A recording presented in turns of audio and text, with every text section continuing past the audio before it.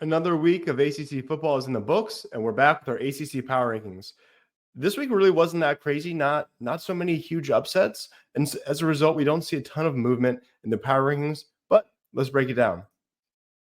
The bottom of the conference remains Florida State. They finally got their second win of the year. Charleston Southern, I don't know what to say except good for them. Florida's looking pretty good, and that could be an ugly rivalry game for them.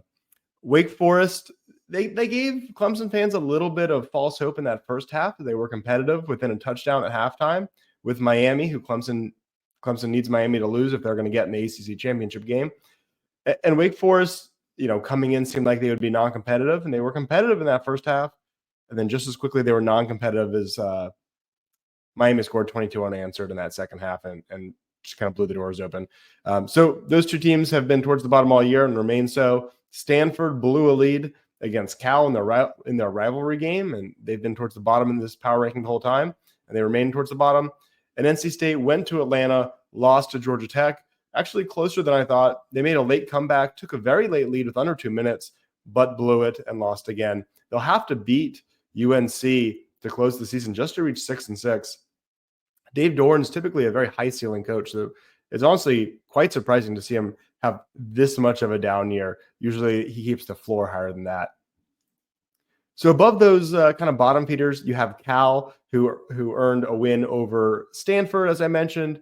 Virginia, they were non-competitive with SMU. I'm not going to ding them too much. They dropped from 11 to 12, but they were non-competitive with Notre Dame. They were non-competitive with SMU. We'll see if they can beat Virginia Tech. North Carolina, they were outgained 422 to 212 in a 20-point loss at Boston College. They had picked up a lot of momentum and really turned their season around after a terrible stretch early on. But that's a bad loss. If they beat NC State, I think they're still pretty happy with the way the year turned out. But I think that sort of determines whether or not it's a strong, solid year that they're happy with or just a total failure.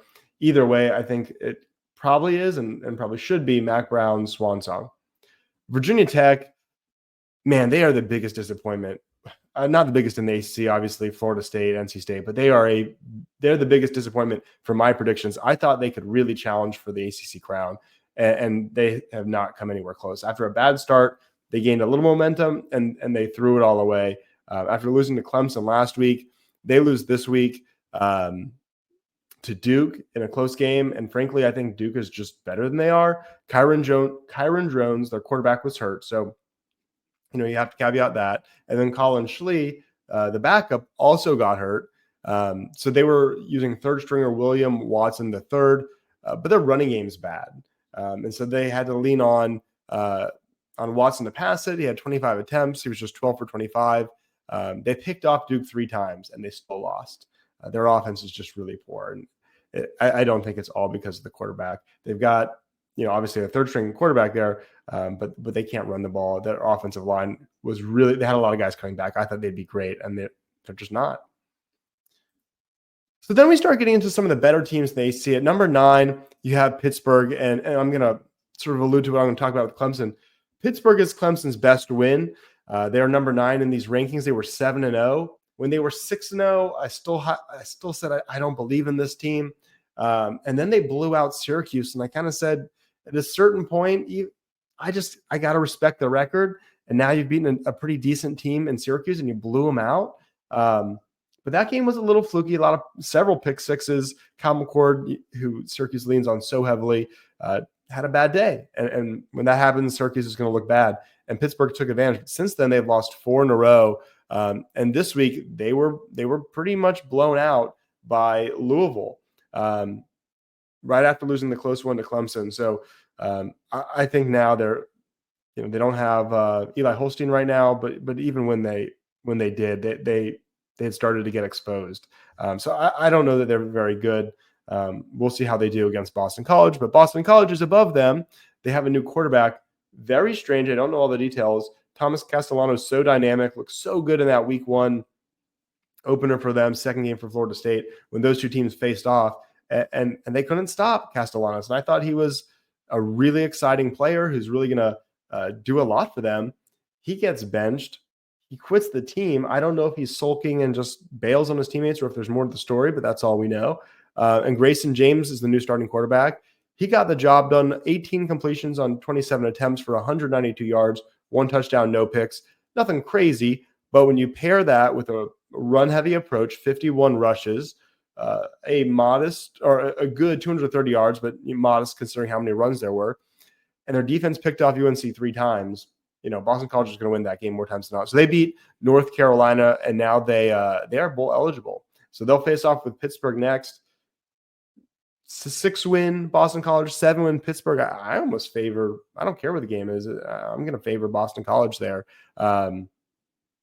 Just Pittsburgh seems like they're falling apart. Well, it'll show some character if Pittsburgh can stop the skid and beat Boston College. I've had these 3 teams, Duke, Syracuse, and Georgia Tech, grouped together for what seems like the whole season. I think this is where you get into the part of the ACC that's actually pretty solid. Duke is so I guess if Virginia Tech is the surprise team I was wrong about, then Duke is the reverse surprise team that's good that I was wrong about.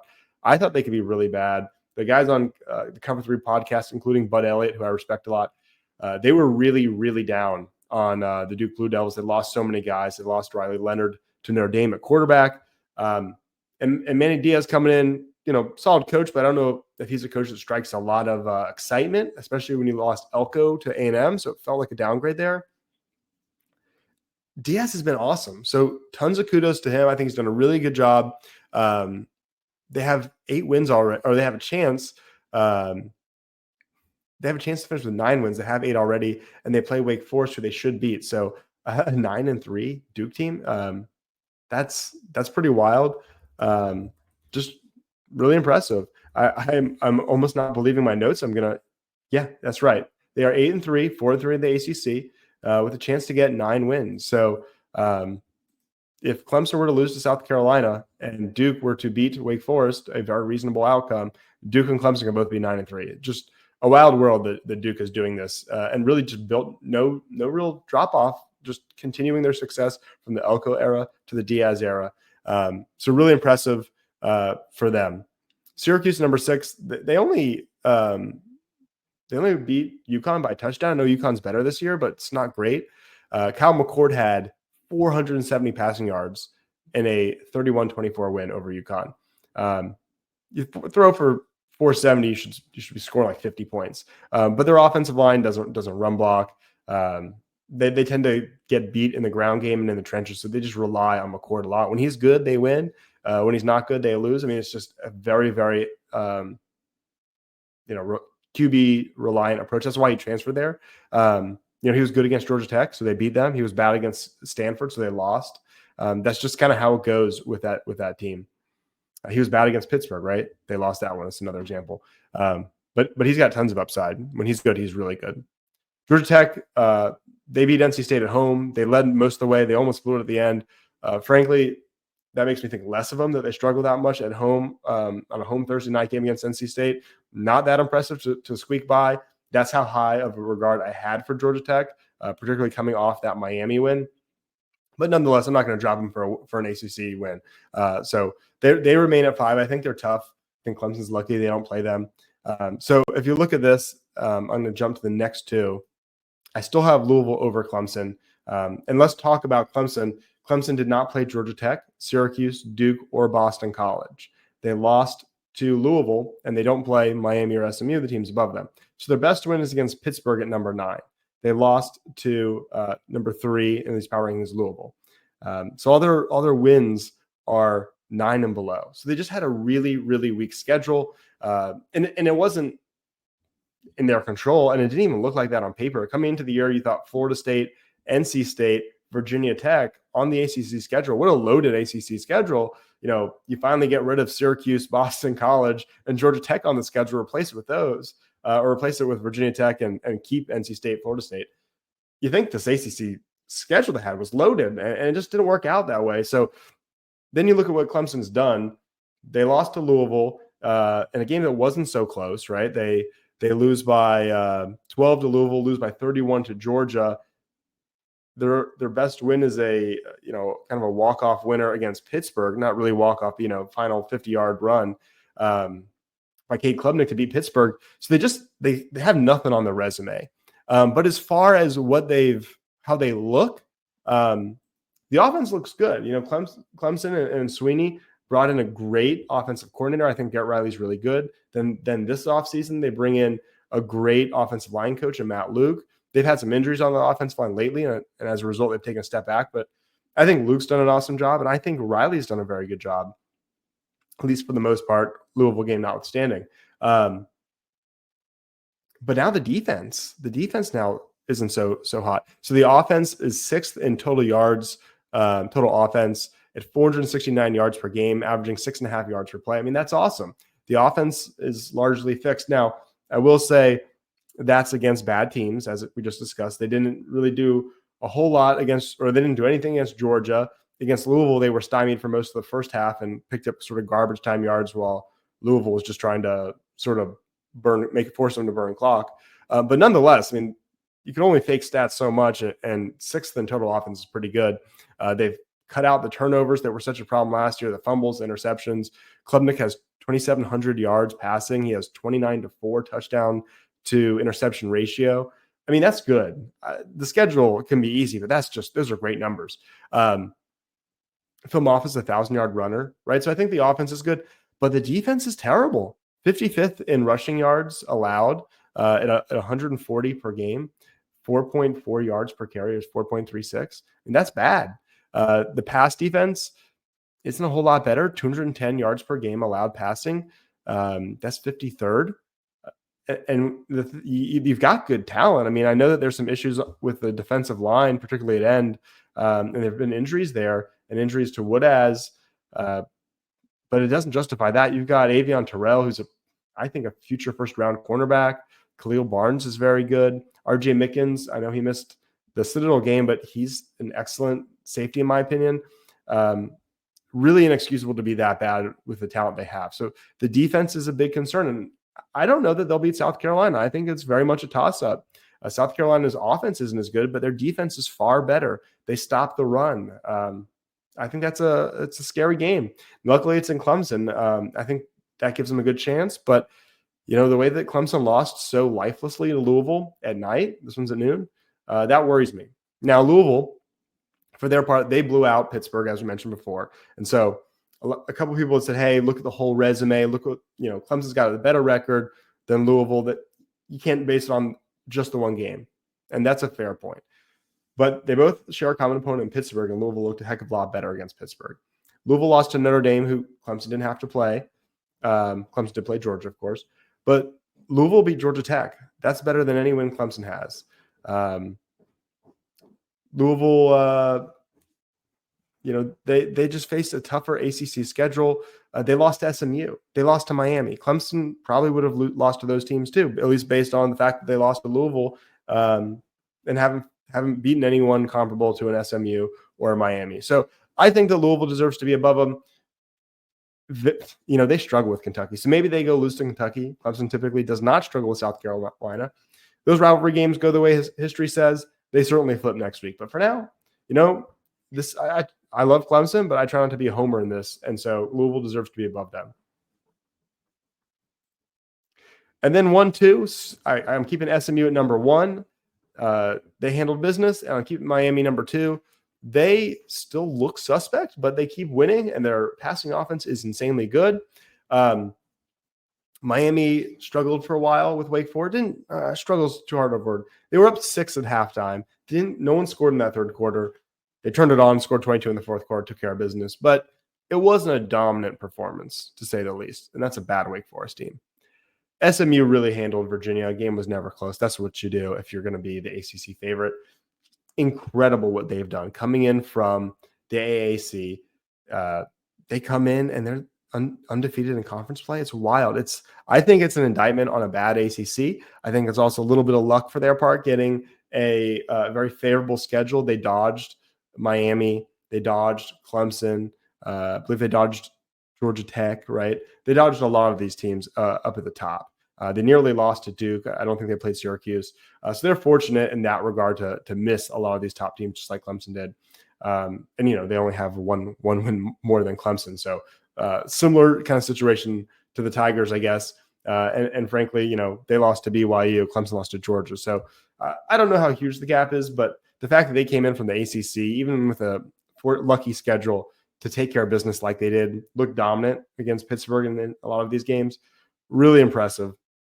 I think Rhett Lashley, I think about it before I say it. Yeah, maybe Jeff Brom maybe had a shot at Coach of the Year, but certainly not after that Stanford loss. Yeah, I don't know if it's even close. I think Rhett Lashley is the ACC Coach of the Year. I think it would be kind of crazy if he was, unless they blew it in this final game of the year. So a lot of kudos to them. We'll see how it finishes. So as we break it down to the end, SMU has clinched. They are in the ACC Championship game no matter what. Nonetheless, I think Clemson wants SMU to lose. You want SMU to lose because if they do, then they have 2 losses. So they're out of the playoff if they don't beat Miami at that point, which opens the door for Clemson as an at-large, provided Clemson beats South Carolina. Whereas if they go in with the same record ranked above Clemson and they lose to Miami, it's kind of wrong to drop them below Clemson because Clemson didn't make the championship game. So you're punishing SMU for earning a berth to the ACC championship. I don't think that's right. I think Clemson has a much better shot at becoming an at-large if SMU can get it out of their way. Same goes for Miami, but it would be Miami's second loss in the ACC if they lose to Syracuse. Clemson has 2 losses, but one is non-conference. So if Miami loses to Syracuse, they are out. Clemson is in. So I think right now in the ACC, Clemson is cheering for SMU to lose so they could maybe backdoor their way in as an at-large. They're cheering for Miami to lose so they could play for a championship and a bye week and an automatic entry into the playoff. So those are the first 2. Outside of that, you want Tennessee to lose to Vanderbilt. That would open a slot for you. You want Indiana to lose to Purdue, fat chance, but if that happens, that opens a slot for you. If none of those 4 things happen this week, I think Clemson's basically eliminated from the playoff. You need one of those 4 teams to lose. But playoff or not, I think all that folks care about right now, or they should care about, number one, not all, but the number one by far thing, beat South Carolina. You're 5-8 in non-conference games, counting Notre Dame consistently as a non-conference opponent. You're 5-8 since 2022 if you lose to South Carolina. That's ugly. That makes it look like you just beat up on bad ACC opponents. That's going to be used against your recruiting trail. You win this game, you reassert, you own the state, you reassert. Even when you have a bad year, you're still better than South Carolina. That's something you want to talk about. So huge weekend coming up. As always, leave your thoughts in the comments below. I always appreciate it, interacting with you guys in the comments. Don't forget to like this video. It helps a lot. And if you haven't already, please subscribe to the channel. Appreciate everyone who's done that. We're over 1,000. So thank you very much for doing that. As always, go Tigers. If you enjoyed this video, please help this channel by liking the video, subscribing, and leaving a comment. Also, if you're a pet owner and you live in the upstate, check out our sponsor, Ready Vets. They offer immediate walk-in care when your pet can't wait. They're open 7 days a week till 10 p.m. They're owned by 2 Clemson grads. They're located in Taylor's, just 10 miles from the Woodruff Road shopping district.